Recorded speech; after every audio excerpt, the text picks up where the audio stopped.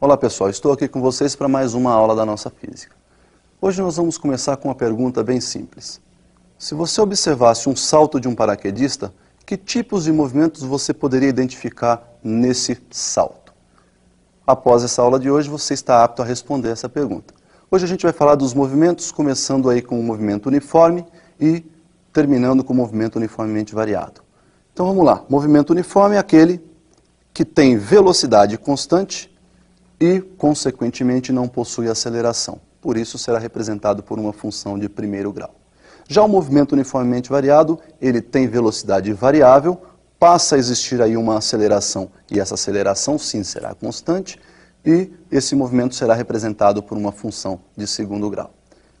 Vamos observar, então, como é que se define a função horária do movimento uniforme. Olha lá. Lembre-se que a velocidade média e a velocidade instantânea nesse movimento agora podem ser consideradas iguais, uma vez que ela não é variável. Daí, então, nós temos ΔS por ΔT. Vamos desmembrar essa equação, espaço final menos espaço inicial sobre tempo final menos tempo inicial. Lembrando que todo movimento se inicia no instante t igual a zero, portanto, o nosso instante inicial t0 será zero, quando ele ocupa a posição inicial S0. Esse tempo final a gente vai chamar de t. Daí, então, nossa equação fica assim, olha, velocidade igual S menos S0 sobre T. Multiplicando os dois membros da equação pela mesma variável T, nós podemos aqui no segundo termo simplificar esse Tzinho. Daí, então, vamos ter lá VT no primeiro termo igual a S menos S0. Vou pegar, então, essa mesma equaçãozinha agora e vou somar S0 aos dois termos. Então, eu tenho do lado esquerdo da igualdade VT mais S0, e do lado direito eu já tenho um S0 negativo. Quando eu somo mais um S0, eles se anulam. E aí nós temos então somente o S. Daí a equação S igual S0 mais VT. Então, como vocês viram, nós temos a função horária dos espaços representada por uma função do primeiro grau. Esse movimento será todo ele representado por gráficos. Vamos ver então como é que ficam os gráficos desse movimento. Primeiro vamos ver o gráfico do espaço em função do tempo. Olha lá, o gráfico do espaço pode ser uma reta crescente, quando as posições estão aumentando, portanto o movimento é dito progressivo, ou uma reta decrescente, quando as posições estão diminuindo e o movimento então é dito retrógrado.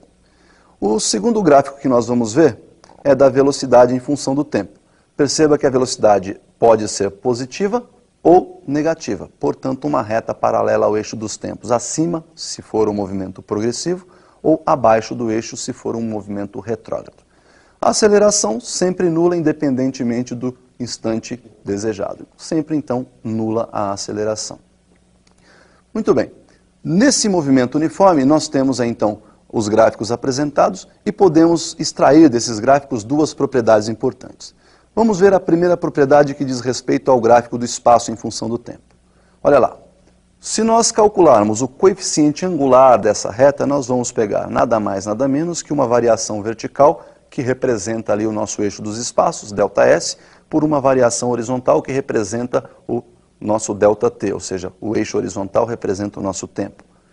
O coeficiente, então, é dado pela tangente de θ, que será numericamente igual a ΔS sobre ΔT. ΔS sobre ΔT, você já conhece, é a velocidade. Muito bem, o segundo gráfico, que é o gráfico da velocidade, também nos permite extrair uma propriedade importante. Se considerarmos dois t's, ou seja, dois instantes, t1 e t2, e você observar que esse intervalo de tempo proporciona o cálculo de uma variação de espaço, olhando para o gráfico, essa área achurada será numericamente igual a essa variação de espaço. Perceba que quando você calcula a área, ΔT é a base, V, a velocidade, é a própria altura dessa figura retangular, e quando você faz base vezes altura, você determinou a área. Perceba que essa velocidade que aparece no segundo termo da equação pode ser substituída por ΔS sobre ΔT. E aí nós vamos ter no mesmo termo da equação, no mesmo membro, ΔT multiplicando e ΔT dividindo. Simplificando ΔT, provamos então que a área é numericamente igual à variação de espaço. Muito bem, então está definido aí o nosso movimento uniforme. O segundo movimento uniformemente variado, já falamos sobre ele e vamos ver então como é que fica a sua função horária. Observem como é que foi definida. Essa é uma das demonstrações dessa definição.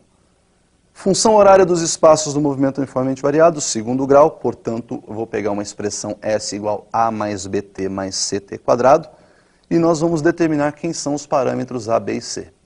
O parâmetro A, nós vamos determinar, lembrando que no instante t igual a zero, nós estamos iniciando o movimento, portanto, S igual a S0.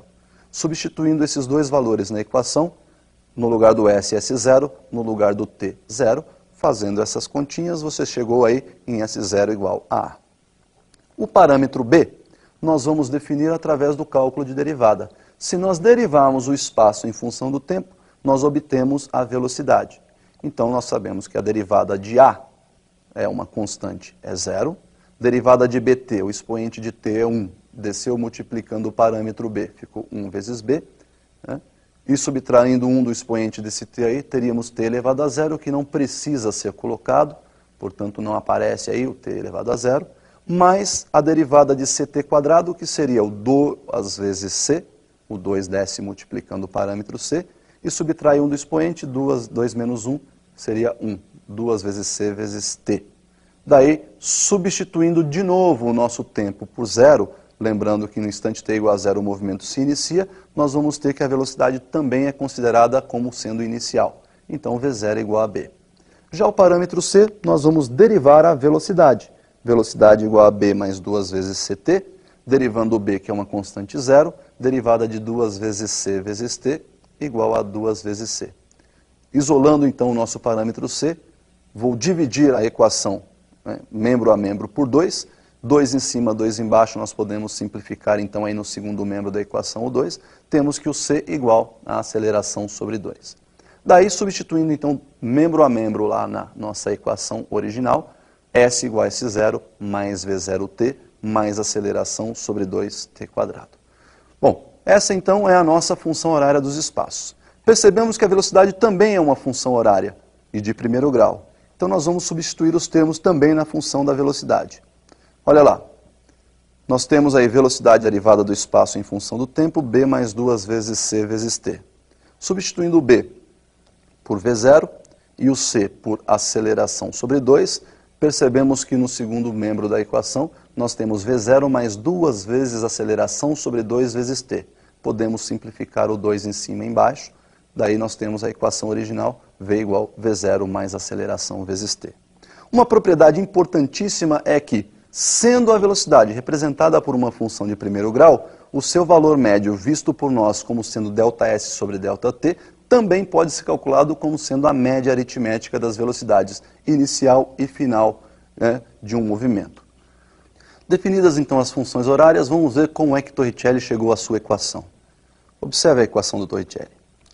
Então, olha aí, para definir a sua equação, Torricelli utilizou a equação horária da velocidade, V igual a V0 mais aceleração vezes T, subtraiu de cada lado da igualdade o V0, ficando então V menos V0 do lado esquerdo da igualdade, igual a V0 mais alfa T menos V0. Como nós temos do lado direito da igualdade V0 positivo, V0 negativo, nós temos então que V menos V0 será igual a alfa vezes T. Se nós dividirmos os dois termos da equação por alfa, nós vamos ter V menos V0 sobre alfa, igual a alfa vezes t dividido por alfa, que representa a aceleração. Então, do lado direito da equação, esse alfa será simplificado, resultando então em t igual a v menos v0 dividido pela aceleração alfa. Se substituirmos esse t na equação horária ou na função horária dos espaços e fizermos todas as contas matemáticas, chegaremos então à expressão de Torricelli, v quadrado igual a v0 ao quadrado mais 2 vezes a aceleração vezes ΔS. Bom, então nós definimos todas as funções que representam esse movimento, né? Movimento uniformemente variado. Vamos ver como é que ele fica representado graficamente? Vamos ver primeiro o gráfico do espaço em função do tempo.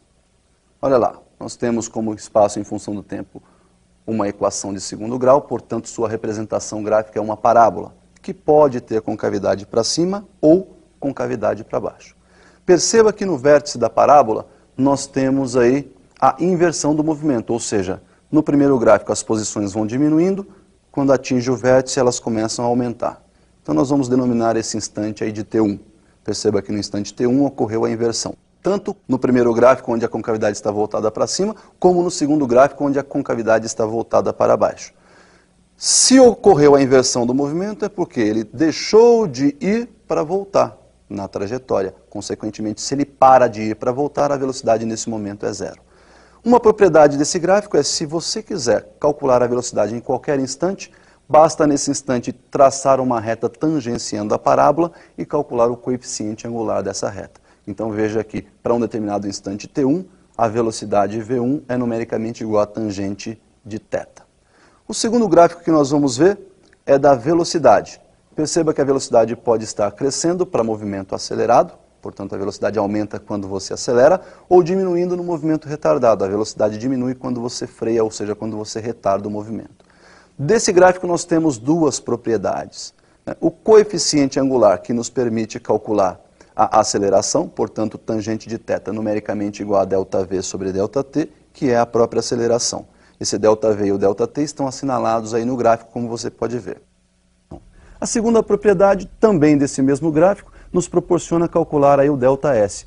Verifique que quando você calcula a área desse gráfico, a base maior desse trapézio aí é a velocidade V. A base menor é o V0, velocidade inicial, e a altura do trapézio é esse ΔT. Então, como nós já sabemos, a área é base maior mais base menor vezes altura sobre 2, então a área numericamente igual a V mais V0 vezes ΔT sobre 2. Daí, nós vamos lembrar que a velocidade média ΔS sobre ΔT pode ser dada pela média aritmética entre as velocidades final e inicial. Então esse V mais V0 sobre 2, nós vamos substituir, vamos trocar esse V mais V0 sobre 2 por ΔS sobre ΔT. Simplificando o ΔT aí, olha, nós temos a área numericamente igual a ΔS. E o terceiro gráfico da aceleração. No gráfico da aceleração nós temos uma reta constante paralela ao eixo dos tempos, que pode ser positiva ou negativa. Desse gráfico nós temos aí também uma propriedade que é o cálculo numérico da área. Entre dois instantes t1 e t2, ao calcular a área, você está multiplicando a base, que representa o ΔT, pela altura que representa a aceleração. Daí então nós temos área numericamente igual a ΔT vezes alfa, onde esse alfa, que representa a aceleração, pode ser substituído por ΔV sobre ΔT. Daí então, simplificando o ΔT, nós temos área numericamente igual a ΔV. Bom, pessoal, agora você já pode responder aquela pergunta. Lembra do paraquedista? Quando ele inicia o salto, ele começa uma queda livre sob efeito exclusivo da gravidade, portanto aceleração constante e movimento uniformemente variado acelerado. Quando o paraquedas se abre, ele passa a sofrer uma resistência do ar que começa a frear o seu movimento. Então o movimento, além de uniformemente variado, passa a ser agora retardado, até atingir uma velocidade constante que permanece até o final do seu salto, até a chegada ao solo. Tá legal? Por hoje, então, era isso que nós tínhamos para ver sobre os movimentos. Até uma próxima.